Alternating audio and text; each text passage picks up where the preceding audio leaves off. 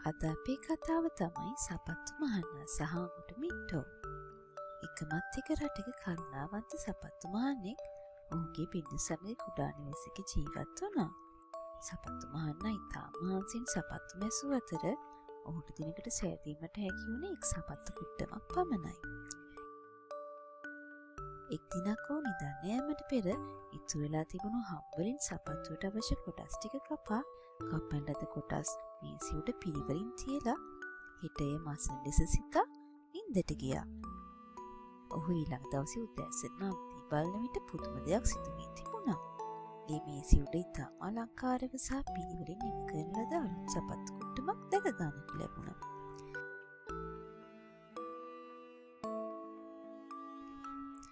එදින පොහොසත් ගැනුම්කරුවෙක් පැමිණ මෙම සපත්තු කුට්ටම ලොකු මුදලකට මිලදී ගත්තා. ඒ ලැබුණු මුදලින් සපත්තු මහන්නා අලුත් සපත්තු දෙකක් මැසීමට ප්‍රමාණවත් හම්බෙලට ගත්තා.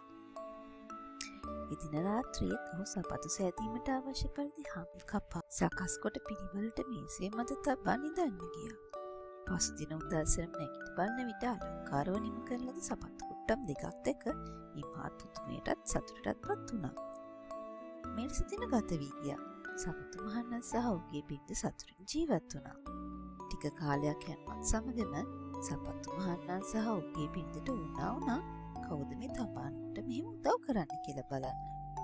එසේ සිතා වුණ එක් දවසක් රෑ හිංගිලා බලන්න හිටියා මොකද වෙන්නේ කියලා. රෑ 12 වෙනවත් සමගම කාමරේ ජනලෙන් අඟුරු මිට්ටන් දෙදෙනෙක් ඇතුළට ආවා. ඔවුන් දෙදෙනා සිටියේ කිල්ටු ඇඳුම් ඇඳගෙන. ඔවුන්ගේ කකුල් වලට සපත්තු තිබුණෙත් නැහැ.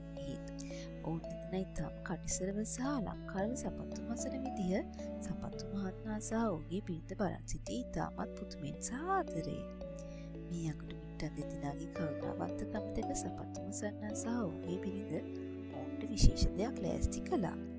ඔවුන් දෙදෙනා එකතු වී කුඩා අලංකාර කමිසයක්, කලිසමක් සහ සපත්තු කුට්ටම් දෙකක් වෙනුවෙන්ම ලෑස්ති කළා. පසුදින ඔවුන් මෙම තෑගි ටික මේසෙ උඩ තබා ස්තුතියි මගේ යාළුවනේ කියලා ලියලා තිබ්බා. සාමාන්‍ය පරිදි අඟුරු මිට්ටන් දෙදෙනා එදිනත් පැමිණ මේසේ මත තිබෙන තෑගි දෙක ඉතාමත් සතුටටපත් වුණා. සපත්තු මසන්නා සකසා තිබුණු ඇඳුම් ඇඳ ඔවුන් ඉතාමත් සතුටින් නැටුවා. ඉන්පසු ඔවුන් දෙදෙනා ජනලෙන් පෙර නැවතත් නොවෙන්න යන්න ගියා. ඒත් සපත්තු මසන්නා සහ ඔහුගේ බිරිඳ දුක් වුණේ නැහැ. එයාලා ඔවුන්ට ඉතාමත් කෘතවේදී වුණා. එදිනට පසු සපත්තු මසන්නා සහ ඔහුගේ බිරිඳ ඉතාමත් සතුටින් ජීවත් වුණා.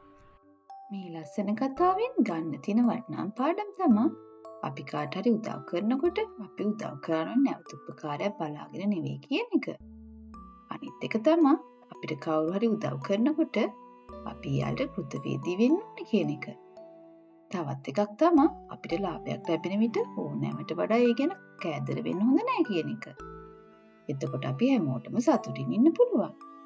එහෙනම් යාළුවනේ තවත් දවසක මේ වගේ ලස්සන කතාවකින් නැවත හමු වෙනවා.